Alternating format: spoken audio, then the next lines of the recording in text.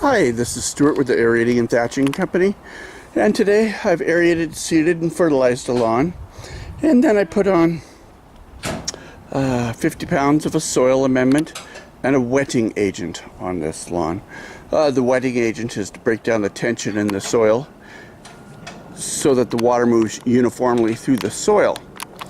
And the soil amendment, I'm actually using that as a little bit of a top dressing here and repair the soil. It's clay-based soil. A bunch of sod was put down here that died. I rolled it up and put it in the client's yard waste container, and then I've aerated, seeded, fertilized, and I'm going to come back in a couple of weeks' time and just see how this looks. This sod failure was only done, let me see, this is July, and this sod was put down in April, and so a lot of the sod did not take, it died. So like I said, I just rolled it up and took it away, and this is what I see in the field occasionally, and so that's why I shot this video.